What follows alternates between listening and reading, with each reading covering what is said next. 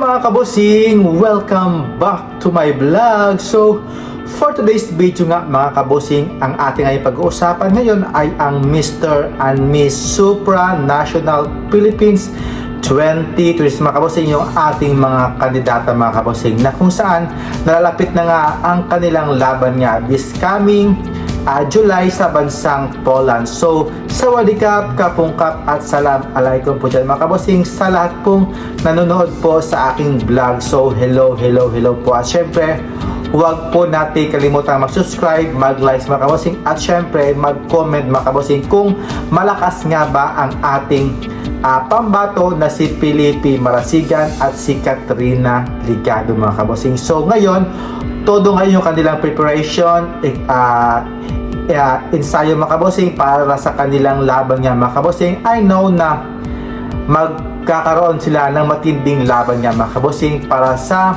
darating na competition mga kabosing. At alam ko mga kabosing, si Katrina Ligado is hindi yan mga kabosing magpapabaya sa kanyang laban nga mga kabosing. Alam naman natin na si Katrina ay isang palaban na babae at syempre minsan din niyang sumali sa Reina Hispano-Americana mga kabosing, na kung saan nagtapos nga siya sa 5th runner-up nga mga kabosing sa bansang Bolivia. So ngayon mga kabosing, susubukan din ni Katrina Ligado na masungkit ang ikalawang corona ng Miss Supranational 2026 mga kabosing, na kung saan grabe no, posposan yung kanyang trainings like sa pasarela, sa Q&A, at syempre may pagkababli kasi mga kabosing yung kanyang personality ni Katrina Ligado mga kabosing. Kaya push mo lang yan yung pagkababli mo, at syempre magiging attentive lang mga kabosing sa kanyang mga gawain mga kabosing. At syempre kung ano man yung mga task na ibibigay sa kanya, I know na kayang-kaya mo mga kabosing no, sa dating na competition sa Miss Supranational. Kaya laban lang Katrina Ligado. Alam ko mga kabosing na makakapasok ka sa semifinalist, sa top 12 at top 5 niya mga kabosing, kasi palaban naman talaga ang ating pambato na si Katrina Ligado. At syempre si Felipe Marasigan mga kabosing no, na kung saan ngayon din nagpuspusan din yung kanyang exercise like sa pag-gym, nagpapaganda rin siya ng kanyang katawan, at syempre nagpapalakas na kanyang immune system mga kabosing, yung kanyang pasarela, at syempre yung kanyang Q&A mga kabosing. Kailangan talagang i-polish yung kanyang pagrampang mga kabosing sa kanyang walk mga kabosing, kasi minsan napaka-awkward, minsan yung kanyang stiff, yung kanyang lakad.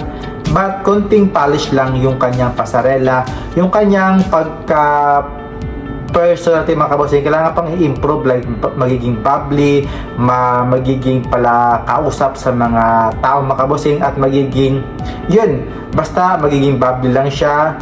The way kung makipag-usap siya, kailangan maging bubbly, yung kailangan mo talaga mailabas yung kanyang personality sa kanyang mga kabosing, kasi sayang naman kasi yung kanyang tangkad, yung kanyang kagwapuhan, yung kanyang build mga kabosing, yung kanyang katawan. Grabe no, ang gwapo ito mga kabosing ni Felipe Marasigan mga kabosing, kasi ang tangkad niya, ang gwapo niya, at ang cute ng kanyang dimples sa kanya dito, at syempre yung kanyang face, sobrang gwapo niya, at tall, dark, and handsome nga siya mga kabosing. Kaya alam ko mga kabosing no, lalaban ito si Felipe Marasigan sa kanyang journey nga dito sa laban sa Mr. Supranational 2026 mga kabosing sa dating na July. So ayan, kaya laban lang. Alam kong makapasok ka sa semifinalist, at sa top 12 kailangan mo pang galingan mga kabosing, at yung sa top 5 kailangan mong ma-secure talaga mga kabosing